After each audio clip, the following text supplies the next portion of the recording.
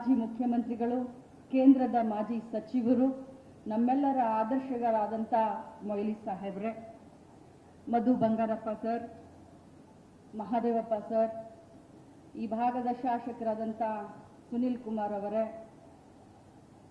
ವಿನಯ್ ಕುಮಾರ್ ಸೊರಕೆ ಅವರೇ, ರಮಾನಾಥ್ ರೈ ಅವರೇ, ಜಯಪ್ರಕಾಶ್ ಹೆಗಡೆ ಅವರೇ, ಗೋಪಾಲ್ ಪೂಜಾರಿ ಅವರೇ, ಐವಾನ್ ಡಿಸೂಜ ಅವರೇ, ನಮ್ಮ SDCC ಬ್ಯಾಂಕ್ನ ಅಧ್ಯಕ್ಷರಾದಂಥ ರಾಜೇಂದ್ರ ಕುಮಾರ್ ಅವರೇ, ಸಹೋದರರಾದಂಥ ಉದಯ್ ಕುಮಾರ್ ಮುನಿಯಲ್ ಅವರೇ, MS ಗಪೂರ್ ಅವರೇ, ಅಶೋಕ್ ಕಡೂರ್ ಅವರು ಕಾಂಗ್ರೆಸ್ ಪಕ್ಷದ ಅಧ್ಯಕ್ಷರು ಮತ್ತು ಈ ಟ್ರಸ್ಟ್ನ ಎಲ್ಲ ಸದಸ್ಯರೇ, ಪ್ರಮುಖವಾಗಿ ಹರ್ಷ ಮೊಯ್ಲಿ ಅವರೇ, ನಾನು ಇವತ್ತು ತಮ್ಮನ್ನ ಭೇಟಿಯಾದೆ. ತಮ್ಮ ಬಗ್ಗೆ ಬಹಳಷ್ಟು ಕೇಳಿದ್ದೆ, ಭೇಟಿಯಾಗುವಂಥ ಸಂದರ್ಭ ಇರಲಿಲ್ಲ.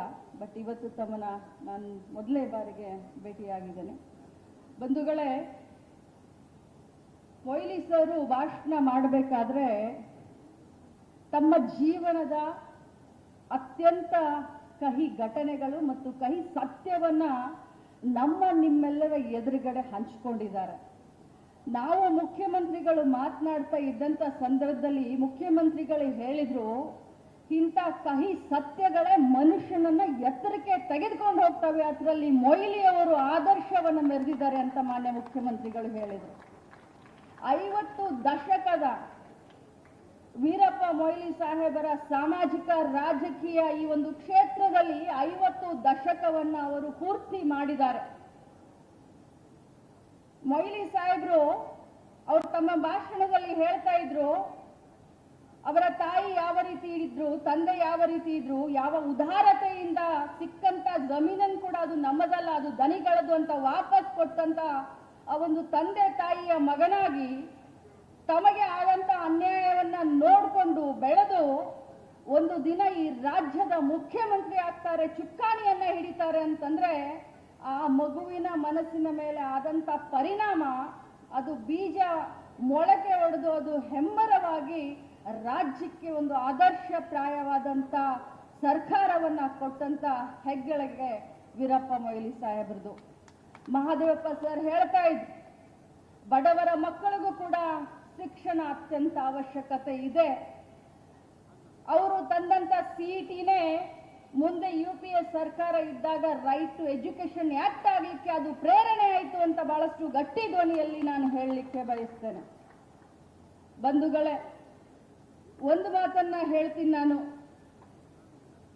ನಮ್ಮ ಮಧು ಬಂಗಾರಪ್ಪ ಅವರಾಗ್ಲಿ, ಮಹಾದೇವಪ್ಪ ಸರ್ ಆಗ್ಲಿ, ನಾವಾಗ್ಲಿ, ನಮ್ಮ ರಾಜ್ಯದ ಮುಖ್ಯಮಂತ್ರಿಗಳಂತ ಸಿದ್ದರಾಮಯ್ಯನವರ ಕ್ಯಾಬಿನೆಟ್ನಲ್ಲಿ ಸಾಮಾಜಿಕ ಬದ್ಧತೆ, ಸಾಮಾಜಿಕ ನ್ಯಾಯ, ಸಾಮಾಜಿಕ ಕಾಳಜಿಯನ್ನ ಇಟ್ಕೊಂಡು ಸಮಾಜಮುಖಿಯಾಗಿ ಇವತ್ತು ಸರ್ಕಾರದ ಯೋಜನೆಯನ್ನ ಎಲ್ಲರ ಮನೆ ಬಾಗಿಲಿಗೆ ಪಕ್ಷಾತೀತವಾಗಿ ಮತ್ತು ಜಾತ್ಯತೀತವಾಗಿ ತಲುಪಿಸುವಂತ ಒಂದು ಕೆಲಸವನ್ನ ನಾವೆಲ್ಲರೂ ಮಾಡ್ತಾ ಇದೀವಿ ಪ್ರಾಮಾಣಿಕವಾಗಿ. ಇವತ್ತು ನನ್ನ ಇಲಾಖೆಯಲ್ಲಿ ಗೃಹಲಕ್ಷ್ಮಿ ಹಣವನ್ನ ನಮ್ಮ ಮಹಿಳೆಯರು ಸ್ವಾಭಿಮಾನದಿಂದ ಎದ್ದು ನಿಲ್ಬೇಕನ್ನುವಂತ ಕಾರಣಕ್ಕೆ ಪ್ರತಿ ತಿಂಗಳು 2,000 ರೂಪಾಯಿ, ಇವತ್ತಿಗೆ ನಾವು 26 ಕಂತುಗಳನ್ನು ಹಾಕಿ ಪ್ರತಿ ಮನೆಯ ಯಜಮಾನಿಗೆ 52,000 ರೂಪಾಯಿ, 1,24,00,000 ಮನೆಯ ಯಜಮಾನಿಗಳಿಗೆ ಒಬ್ಬೊಬ್ಬರಿಗೆ 52,000 ರೂಪಾಯಿಯನ್ನ ಮನೆ ಮನೆಗೆ ತಲುಪಿಸುವಂತ ಕೆಲಸ ಯಾರಾದ್ರೂ ಮಾಡಿದ್ರೆ ಅದು ಸಿದ್ದರಾಮಯ್ಯನವರ ಸರ್ಕಾರ ಮತ್ತು ಮಹಿಳಾ ಮತ್ತು ಮಕ್ಕಳ ಕಲ್ಯಾಣ ಇಲಾಖೆ ಅಂತ ಹೇಳಲಿಕ್ಕೆ ನಾನು ಬಯಸ್ತೇನೆ. ಇದು ಅಭಿವೃದ್ಧಿ. ಅಭಿವೃದ್ಧಿ ಅಂತಂದ್ರೆ ಬರೀ ರೋಡ್ ಅಲ್ಲ, ಅಭಿವೃದ್ಧಿ ಅಂತಂದ್ರೆ ಬರೀ ರಸ್ತೆ ಅಲ್ಲ, ಗಟಾರ್ ಅಲ್ಲ. ಅಭಿವೃದ್ಧಿ ಅಂತಂದ್ರೆ ಶಿಕ್ಷಣ ಇರಬಹುದು, ಆರೋಗ್ಯ ಇರಬಹುದು ಮತ್ತು ಮಹಿಳಾ ಸಬಲೀಕರಣ ಇರಬಹುದು. ಇವತ್ತು ಮಹಿಳಾ ಸಬಲೀಕರಣಕ್ಕೆ ಒಂದು ಕನ್ನಡಿಯನ್ನ ಹಿಡ್ಕೊಂಡು ಇವತ್ತು ಇಷ್ಟೆಲ್ಲ 1,24,00,000 ಮಹಿಳೆಯರಿಗೆ ಒಂದು ಸ್ವಾಭಿಮಾನದ ಜೀವನವನ್ನ ಕೊಡ್ತಾ ಇದೀವಿ ಅಂತ ಹೇಳಿದ್ರೆ ನಿಜವಾಗ್ಲೂ ನಮಗೆ ಸ್ವಾರ್ಥಕತೆ ಅನಿಸುತ್ತೆ. ಚುನಾವಣೆಯ ಸಂದರ್ಭದಲ್ಲಿ ತಮಗೆಲ್ಲ ಕೊಟ್ಟ ಭಾಷೆಯನ್ನ ಅದೇ ರೀತಿ ನಾನು ಮಾನ್ಯ ಸಾಹೇಬರಿಗೆ, ಮುಖ್ಯಮಂತ್ರಿ ಅವರಿಗೆ ಹೇಳಲಿಕ್ಕೆ ಬಯಸ್ತೇನೆ. ಸರ್, ಉಡುಪಿಯಲ್ಲಿ ನಾವು ಯಾವ ಒಂದು ಸೀಟ್ ಕೂಡ ಗೆಲ್ಲಿಲ್ಲ, 5ಕ್ಕೆ 5 ಕೂಡ BJP ಗೆತ್ತು. ಆದ್ರೆ ಉಡುಪಿ ಜಿಲ್ಲೆಯಲ್ಲಿ ಇಡೀ ರಾಜ್ಯದಲ್ಲಿ ಹೈಯೆಸ್ಟ್ ಗೃಹಲಕ್ಷ್ಮಿಗಳು ಯಾರಾದ್ರೂ ಜಿಲ್ಲೆಯಲ್ಲಿ ಜಾಸ್ತಿ ಇದ್ರೆ ಅದು ಉಡುಪಿ ಜಿಲ್ಲೆ ಅಂತ ಹೇಳಲಿಕ್ಕೆ ಬಯಸ್ತೇನೆ. ಹೈಯೆಸ್ಟ್. ನಾನು ನಮ್ಮ ಉದಯ್ ಕುಮಾರ್ ಮುನಿಯಲ್ ಅವ್ರನ್ನ ಈ ಸಂದರ್ಭದಲ್ಲಿ ನಾನು ಅವ್ರನ್ನ ಪ್ರಶಂಸೆ ಮಾಡಲಿಕ್ಕೆ ಬಯಸ್ತೇನೆ.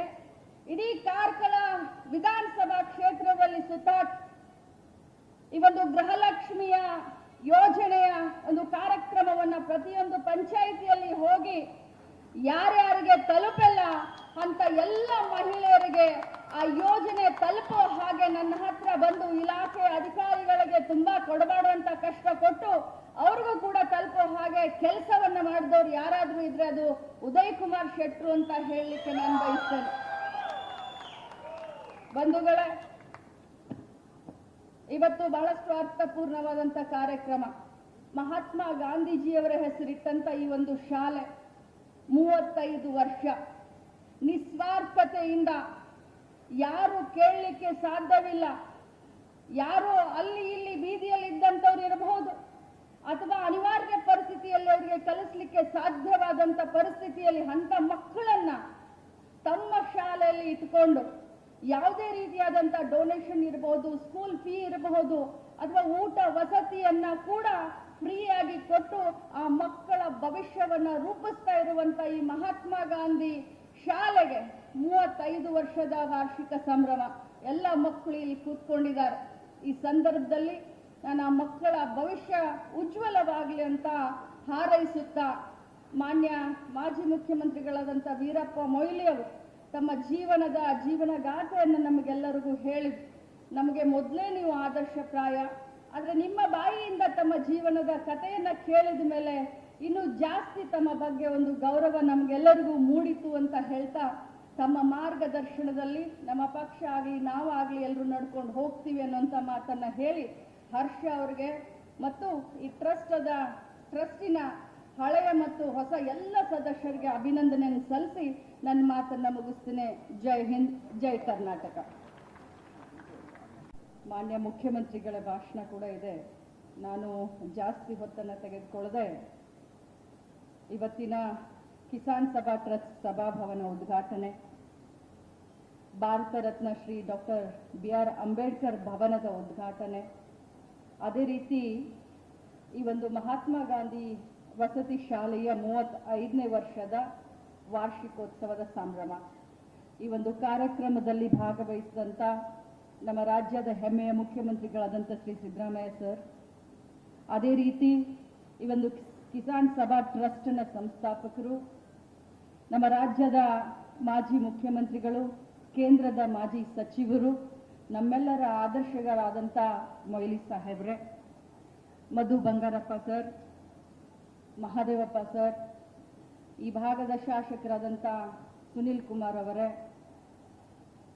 ವಿನಯ್ ಕುಮಾರ್ ಸೊರಕೆ ಅವರೇ, ರಮಾನಾಥ್ ರೈ ಅವರೇ, ಜಯಪ್ರಕಾಶ್ ಹೆಗಡೆ ಅವರೇ, ಗೋಪಾಲ್ ಪೂಜಾರಿ ಅವರೇ, ಐವಾನ್ ಡಿಸೂಜ ಅವರೇ, ನಮ್ಮ SDCC ಬ್ಯಾಂಕ್ನ ಅಧ್ಯಕ್ಷರಾದಂಥ ರಾಜೇಂದ್ರ ಕುಮಾರ್ ಅವರೇ, ಸಹೋದರರಾದಂಥ ಉದಯ್ ಕುಮಾರ್ ಮುನಿಯಲ್ ಅವರೇ, MS ಗಪೂರ್ ಅವರೇ, ಅಶೋಕ್ ಕಡೂರ್ ಅವರು ಕಾಂಗ್ರೆಸ್ ಪಕ್ಷದ ಅಧ್ಯಕ್ಷರು ಮತ್ತು ಈ ಟ್ರಸ್ಟ್ನ ಎಲ್ಲ ಸದಸ್ಯರೇ, ಪ್ರಮುಖವಾಗಿ ಹರ್ಷ ಮೊಯ್ಲಿ ಅವರೇ, ನಾನು ಇವತ್ತು ತಮ್ಮನ್ನ ಭೇಟಿಯಾದೆ. ತಮ್ಮ ಬಗ್ಗೆ ಬಹಳಷ್ಟು ಕೇಳಿದ್ದೆ, ಭೇಟಿಯಾಗುವಂಥ ಸಂದರ್ಭ ಇರಲಿಲ್ಲ.